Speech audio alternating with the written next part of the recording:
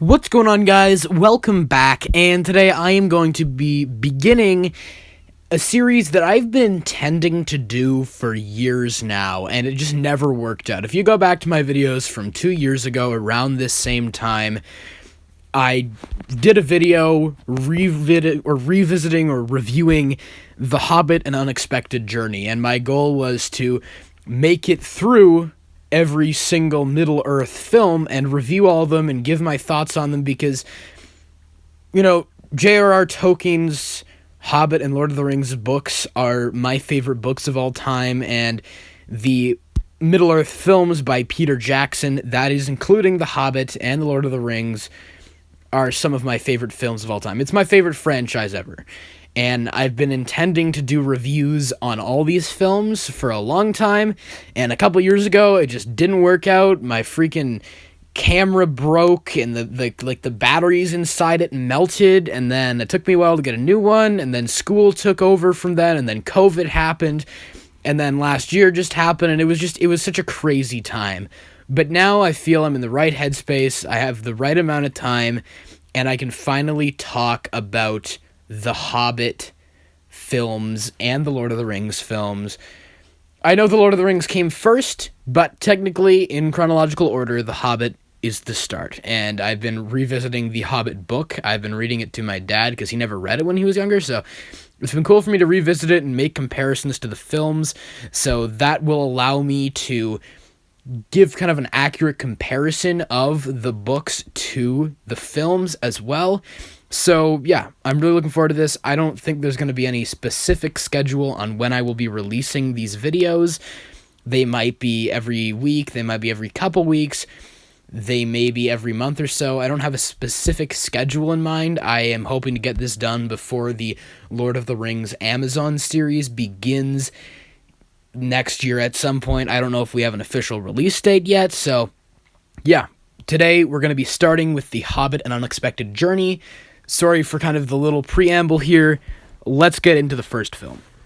Now, starting off with the first film, we have The Hobbit: An Unexpected Journey. And this movie, I feel, is so underrated. I remember going to see this film back in December of 2012 and really enjoying it because by the time I was born, I was born after the Lord of the Rings series had come out, so this was kind of my time to experience these films, since I didn't get that experience with the Lord of the Rings. So I have a different experience with these films than I do with the Lord of the Rings, because I grew up watching Lord of the Rings and watching with my siblings, and I loved it, and then this was my first time really experiencing it. So I experienced all three of these films in the theater, and that I feel like gives me a different perspective on them than the Lord of the Rings films, because I love the Lord of the Rings films, but I never, technically, I did grow up with them, but I didn't grow up as they were coming out. With The Hobbit, I've had a different experience with them, so maybe I have some bias, I don't know, but I honestly think this film is really underrated. One thing I want to say that just applies to all 6 of these films, The Hobbit and The Lord of the Rings, is Howard Shore, who may be my favorite composer of all time. I think every single score that he does for all 6 films is amazing. It fits every scene, it adds to the films, it's probably my favorite score. All 6 of these films combined probably have my favorite score of any franchise ever. Yes, beating out Star Wars. I think it's some of the most iconic music ever, and I love his scores. I just figured I'd mention it here so that I don't have to later, because it's something that applies to all 6 films. Something I want to address that a lot of people have complained about in these films in particular is that the CGI is bad, or that they overuse CGI. Just for your information, the Lord of the Rings films actually use quite a bit of CGI, and in these films, yes, they use more of it, but I honestly feel like it holds up pretty well, considering that there are Marvel movies that have come out more recently than it, and they look terrible. Now, I do think as the films go on, they begin to overuse CGI to the point of absurdity in the Battle of the Five Armies, but we'll get to that when we get to that film. In terms of this first film, An Unexpected Journey, I think the CGI actually holds up really, really well. There are some moments where you can tell that there's a CG animal or something, but those elements are kind of, I feel, meant to not be really taken seriously, because those are kind of the more fantastical, silly elements. So it doesn't really bother me that much in this franchise. It bothers me more in other franchises where they're trying to be realistic and everything ends up looking fake. With The Hobbit, I feel like it kind of deserves a little bit more leniency because these are fantasy movies based on a rather silly story. So I think the CGI in this film, at least, is really good and it holds up really well. Something else I just want to say, the casting is so perfect in like all of these films, really. Like, the casting for, of course, the protagonist, Bilbo Baggins, Martin Freeman. I can't imagine anyone else playing this character. He was perfect casting. He just has all these little mannerisms and personality quirks, and just his performance is so amazing. He's so good, and I far prefer him to Elijah Wood as Frodo. I think I just prefer Bilbo Baggins as a protagonist to Frodo Baggins, but of course that's just me. And, you know, everyone is really well cast. All the dwarves, I think they cast them all perfectly. Like, they each have kind of distinctive personality traits, and they're even more distinctive than in the books, because they actually give a lot of stuff to the dwarves in these films, as opposed to the book. In the book, they're fun characters, but they don't really have a lot of distinctive elements. Like, Philly and Killy are the youngest, Thorin's the leader, and Bomber is the fat one. That's basically all they get in the book. In the film, in the films, you actually get like a real feel for the characters.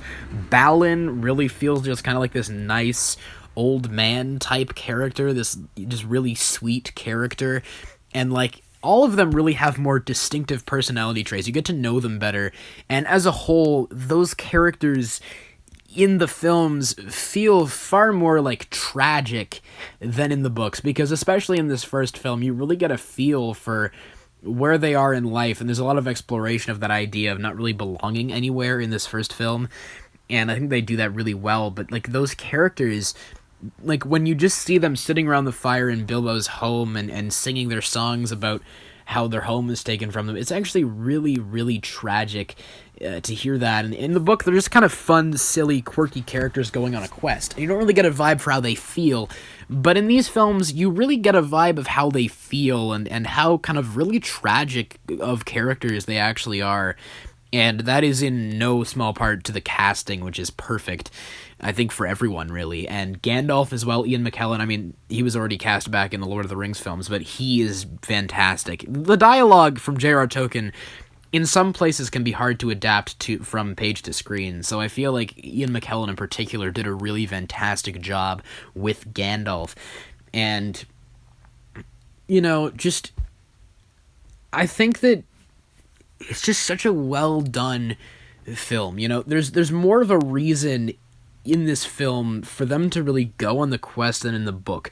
If I'm remembering, like, because I've been rereading the book, and this first film is based on like the first 6 chapters of the book, and if I'm remembering correctly, they basically just show up and are like, we're attempting this quest right now, and you don't really know why, but there's all these pieces of information in the film that they provide as to why they have to go on this quest right now, because of the fact that the thrush is going to knock on the door, and it was foretold, and, you know, the ravens are returning to the mountain, and they need to be there on, you know, at this certain point at the last light of Durin's Day, which was in the book as well, but it feels like there's more of an urgent reason for them to actually be going to the mountain at this exact point in time than in the book. Because in the book, it was just kind of like, they're quirky guys going on a quest, but here you actually get a vibe where they feel once again, and there's some real moments where you actually kind of feel the moment. Like, the opening scene is actually like Bilbo, played by Ian Holm, kind of writing his story to Frodo, and, you know, the kind of prologue to the film is, you know, older Bilbo, just like kind of at the beginning of the Lord of the Rings films, at the beginning of the Fellowship of the Ring, and he's just beginning to write the story for Frodo. And you get this flashback, and you get to see the dwarves, and you get to see Smaug taking over, and then when you have Gandalf show up later and give the key to Thorin, and you have that score, bum bum bum bum bum bum, you really feel that moment there when Gandalf gives him the key, more so than I feel you do in the book. That's obviously just me, of course. And I just want to say, Bilbo Baggins is my favorite protagonist ever, honestly.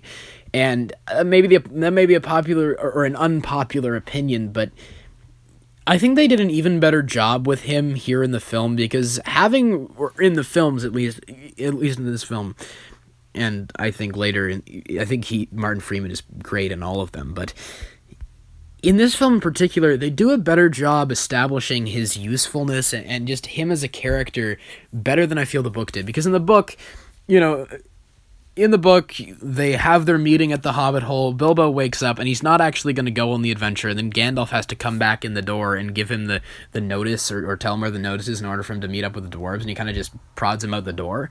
But in this film, Bilbo, out of kind of some sense of, longing for adventure because there is kind of his distant family or his old family were like these adventurous, crazy people, he feels this weird obligation to go, and so that's what makes him go on the adventure, not Gandalf just prodding him out the door. And in the book, when they are captured by the trolls, in the book, Gandalf is just kind of imitating voices to distract them until the light comes over the hill. But in the film, Bilbo actually, is kind of distracting the trolls long enough for Gandalf to be able to, turn them to stone with the light of the sun. And they actually do a really good job establishing Bilbo and his usefulness better than in the book. Because in the book, he's just kind of useless a lot of the time for the beginning. And I like that they actually show him kind of making decisions of his own accord and him actually becoming useful. Because he only really proves himself to be useful towards the part when they're on the hill with the wargs or whatever at the end of the film in the actual book. But in the film, the respect level actually grows from a little bit. But it does feel kind of weird. There are certain weird moments, like in that scene, Thorin is mad at the other dwarves because he realizes that Bilbo is trying to help them, so he tells them to kind of stop complaining at Bilbo when he's telling the trolls that, they're infested with maggots or whatever. But then, after that scene, he's telling Gandalf that Bilbo wasn't helpful and he's complaining about Bilbo, and then Gandalf has to remind him that he's the one who actually helped them out. So it's kind of weird in that way, like, Thorin recognized that Bilbo was actually being helpful, but then later complains about Bilbo, and then Gandalf has to tell him, which is weird because he already realized that. I don't know, it's just a really weird kind of way that they wrote that element. Like, there are some weird elements like that, but, Bilbo is just such a great protagonist, and it's because he's just a normal guy. I prefer I'm kind of get sick of the chosen one trope. Like, I don't really love Anakin Skywalker, or Luke Skywalker, and I don't really love Harry Potter as a protagonist. I prefer like Neville Longbottom, for example, and in The Lord of the Rings I prefer Samwise Gamgee. I don't like the kind of chosen one type storyline. Not to say that I don't enjoy those franchises, because I do, but it's because I enjoy kind of the underdog character, kind of learning his way through the world, and just it gives you a perspective. You feel like you can be this character. Bilbo's just this ordinary guy who goes through these crazy experiences and decides to do the right thing multiple times. And I think that they do a really good job, showcasing Bilbo Baggins as a character and how he's just a normal guy like us. And, like, he's kind of an allegory for us and how privileged we are nowadays. We want to stay in our home and all this, and then Bilbo goes out on this, like, crazy adventure. And it's kind of like an allegory for going out into the world and discovering the world, right? And then Bilbo has to adapt and change with the world. And it's a really great story, and I feel like Martin Freeman played that character really well, and Bilbo's just so great. Like, there are just so many great moments, like some of my favorite moments, like in any movie really, and in any of the Middle-earth films, like when Bilbo decides to jump in and save Thorin in the final battle, and then just faces down all of these orcs on wargs, and he obviously stands no chance against them, but he's still going to stand up and fight and protect his friend. And I just Bilbo, man, honor to the end, man. Like, just respect for you, Bilbo. It's such a wonderful character, and I think that he's kind of similar in a way to Newt Scamander from the Fantastic Beasts franchise, right? Newt Scamander is kind of an underdog who doesn't really have a lot to do and doesn't really have a personal stake in this. Like, all the other characters, like Thorin, and then even Gandalf in the films, has this stake in it where he's got this whole element going on with the necromancer and all this, which is explored later in the other films, so I won't talk too much about that here. But he's got kind of a personal stake in it, and then Thorin's got the personal stake in it with the whole king under the mountain thing, and he wants to reclaim his homeland. And Bilbo's just a normal guy, and it's just kind of this sense of morality about him that is what keeps him around, and there's just, this film contains some of my favorite moments of any Middle-earth film. the scene when Gandalf is talking to Galadriel at Rivendell, and she asks, "Why did you choose the halfling? Why did you choose Bilbo Baggins?" And he says, "I find that it is the small things in life that keep evil at bay, simple acts of kindness and love, and why did I choose Bilbo Baggins? I'm not sure. Perhaps it is because I am afraid, and he gives me courage." And that's not in the book. That interaction is not in the book. Galadriel is not in the book. That character wasn't written in until The Lord of the Rings. So the fact that they wrote that for the film exclusively is amazing. It has to be one of my favorite lines in like cinematic history, honestly. It's I love that scene, and I love that line. And it's true that is a true line, and I feel like you can apply that to real life. And it is proven later that Bilbo's simple acts are, the true heroic acts, and he's able to keep evil at bay through those actions, by saving Thorin later at the end, and, by sparing Gollum's life, and I really love that. And, you have Bilbo coming back at the end, or towards the end of the film, when Thorin is doubting him and saying, "Mr. Baggins, he left us, he saw his chance, he went back home," and Bilbo said, "No, I'm here." And they ask him why he came back, and he explains that it's because they don't have a home. He's like, I'm privileged, I've got my home, and then you guys, you don't have one, and it was taken from you, and I am going to help you take it back if I can. And that's just so freaking powerful. It makes me tear up every time I see it, but it's so incredibly well done. And there's just so many great moments in this film. And like when Bilbo's talking to Beaufort before the Goblin Town scene, and he's about to leave, and then they have that discussion about how they don't have a home, and it's just so well. There's so many great small moments here that really do amplify the film, and I feel just so excellent. And there are changes to the backstory. There are elements that are added and elements that are changed. For example, in the book, Azog, the main villain of this film and of the trilogy, basically, I guess with an exception of Sauron, Azog, who's kind of Thorin's nemesis, in the books was actually killed, or in the book was killed in the past, and then his son Bolg, who is introduced in the second film, is kind of trying to get revenge for his death. But in the films, he's like alive. So there are changes like that, and they're being actively pursued by the orcs. Because in the book, they're going on their adventure, and they interact with different creatures, and they come across roadblocks. But in the films, they changed it so that they were being actively pursued by the orcs. Because in the book, what happens is they go to Goblin Town, they kill the Goblin King, right? And then later in the Battle of the Five Armies, the goblins catch up to them at the end of the book and have the battle. In the films, they are being actively pursued by Azog and his kind of orc gang, basically. And that doesn't bother me because, they're blockbuster films, so they had to add in these action-y, like action-oriented elements that kind of keep the pace going and keep it an exciting film to watch. And I feel like a lot of the action scenes in this film are really fun. You have a lot of the characters just using their own skills and stuff to fight the orcs and such, and I feel like that's a really creative element that is missing in a lot of films nowadays.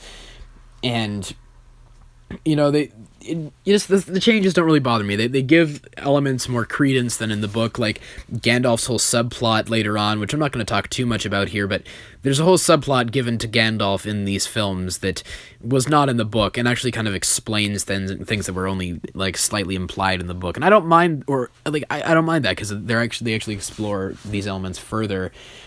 And, there are elements that are also introduced, like Radagast the Brown, who people really hate and say is like the Jar Jar Binks of this franchise. And I don't really agree with that. I think he's a fine, fun little character, and he, adds some fun elements to the films that he doesn't really bother me. Like I said, these elements don't really bother me. I'm glad they add things to the book and add to the story, And, the scene with Gollum in the cave, that is... When people say a perfect adaptation of page to screen, that is what they mean. That scene is a perfect adaptation of the book.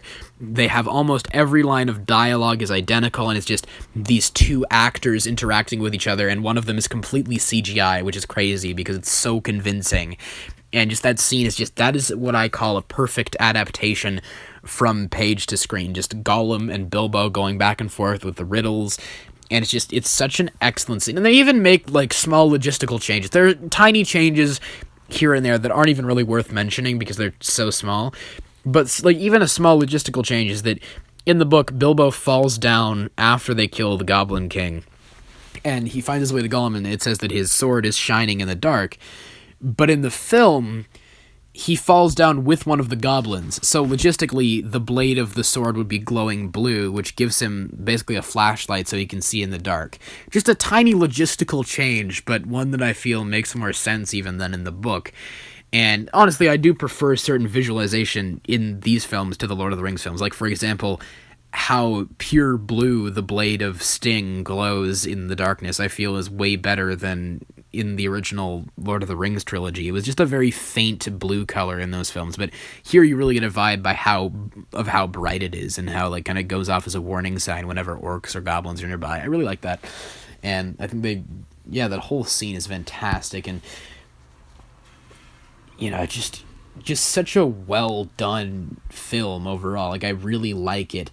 And it in some ways shows more subtlety than the Lord of the Rings trilogy. Now let me explain that. In the first Lord of the Rings film, there's a scene when Frodo is sitting in the Mines of Moria with Gandalf and is basically saying how he wishes that none of this had ever happened and he doesn't want to be on this adventure. And then Gandalf tells him, so do all who come to see such times, but that is not for them to decide. All you have to decide is what to do with the time that is given to you. And that's a really great quote. But then later at the end of the film, when Frodo is kind of going off on his own and he realizes that he will have to continue the journey on his own, they have, like, they replay that dialogue if you hadn't realized what Frodo was thinking. And it's kind of like, oh, here you go, in case you forgot or didn't really, already realize what Frodo is probably thinking about right now, here's this line of dialogue replayed for you. But here there's a similar moment, and it's another one of my favorite quotes of all time, when Gandalf hands Sting the sword, which hasn't obviously been named Sting at this point yet. Gandalf hands the sword to Bilbo that they found in the troll hoard, and Bilbo is like, oh, I've never held a sword before, I'm not ready, Gandalf. And then Gandalf's like, I know, and I hope you never have to. But if you do, remember this: true courage is to spare a life, not to take one. And then later in the film, when Bilbo is trying to escape from the goblin tunnels and Gollum is in his way, he's about to, decapitate him. He's about to kill him. And then you hear the music come back in from earlier that played when Bilbo was talking to Gandalf, and it's the same music that they use in the Fellowship of the Ring in that scene with Frodo and Gandalf, where Gandalf tells Frodo that Bilbo spared Gollum when Frodo says, oh, it's a pity Bilbo didn't kill him when he had the chance. And then Gandalf says, pity is exactly what stayed Bilbo's hand. So then you hear that music, and they don't replay they could have easily replayed that dialogue where Gandalf says, true courage is to spare a life, not to take one. They could have easily replayed the dialogue, but rather than do what they did in Lord of the Rings, which was less subtle, they choose the route of subtlety and just play the same music. And if you notice that, you'll be able to tell what Bilbo is thinking internally. He's remembering what Gandalf told him earlier. And it's so great. I freaking love that. And, that's amazing. I love that. And that's why I kind of prefer certain elements in these films, honestly, to The Lord of the Rings, which is maybe a crazy thing to say, but as I've already said, I think visualization is, in some cases, a little bit better. For example, with Sting, that I was already talking about, and then it was showing a little bit more subtlety than Lord of the Rings in some cases.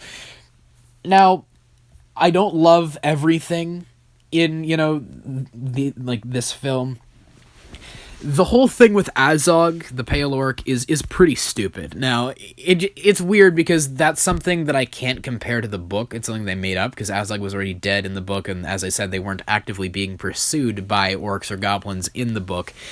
So basically, they have this flashback scene like towards the beginning, and it's kind of weird because Philly and Killy are joking about orcs like attacking people, and which kind of makes sense. They're the younger ones, and then Thorin gets all mad at them, and I'm like, why are you mad at them? Like, it feels weird. Like, it feels like it would have made more sense if someone who wasn't well acquainted with Thorin, like Bilbo or Gandalf or something, had joked about it, and then Thorin got mad at them. It feels weird that he gets mad at Philly and Killy, but it's kind of a minor thing. And then, they have this flashback to the Battle of Moria when Thorin's father was killed, and it's all pretty cool. It's visualized very well. But then they show him cut off Azog's hand, which is kind of a defining feature of his character. He has like this metal stabby hand thing. And basically it shows the rest of the orcs dragging him away, but it doesn't seem like something that would kill him, right? It doesn't seem like a mortal wound. And then, later on, Bilbo, in that same scene, is like, so what about the Pale Orc? What happened to him? And then Thorin's like, that filth died of his wounds long ago. I'm like, bro, that definitely wasn't a death wound. And then you just see Balin and Gandalf, like, looking at each other like, yeah, he's definitely not dead. And it's like, wait, what is going on? And then it, like, pans across the freaking, like, ravine, and there's, like, orcs on the other side, and they're like, report to the Pale Orc. And it's just, like, it's really stupid. That whole element is really dumb. And then later on, they go to the goblin caves, or they get kidnapped by the goblins, and then the Goblin King is like, oh, the Pale Orc is paying a pretty price for your head. And then Thorin is like, Azog the Defiler is dead. He's been destroyed. And it's like, dude, you never killed him. You cut off his hand. That doesn't mean he's dead. Like, it's just really silly.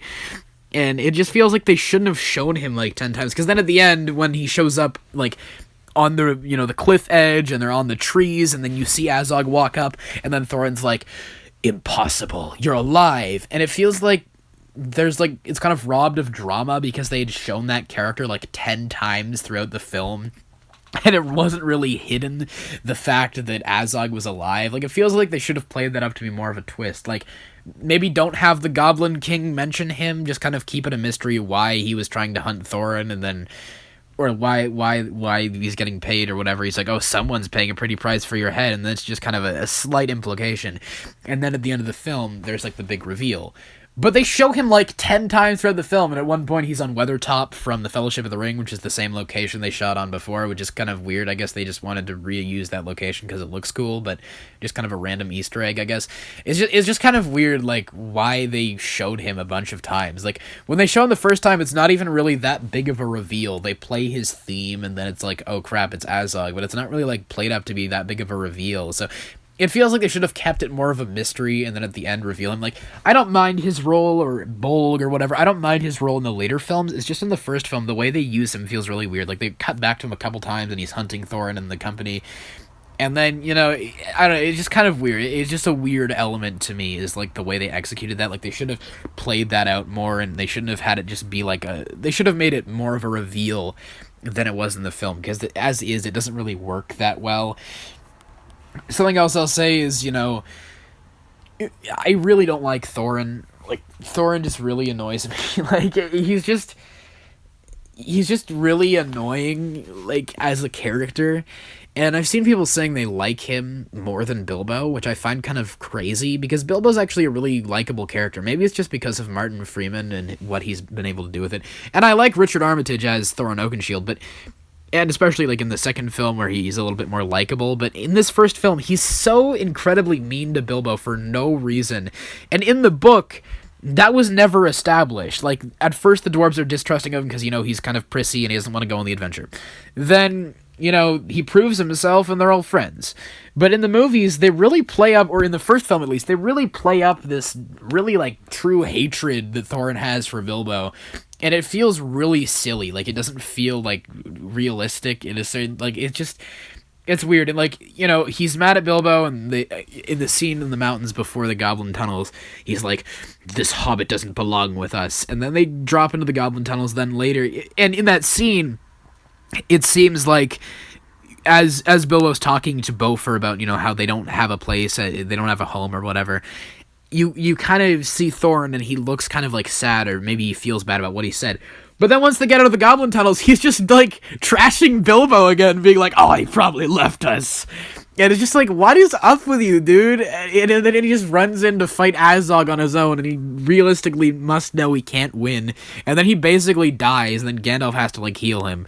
And then at the end, like, after the eagles take them to the rock, he's like, "Did I not say you had no place amongst us?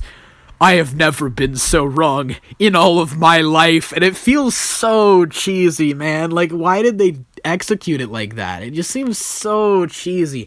I don't know why they executed it like that. They could have done that far better. But as is, it feels so corny. Like, that is totally not in character for that character at all.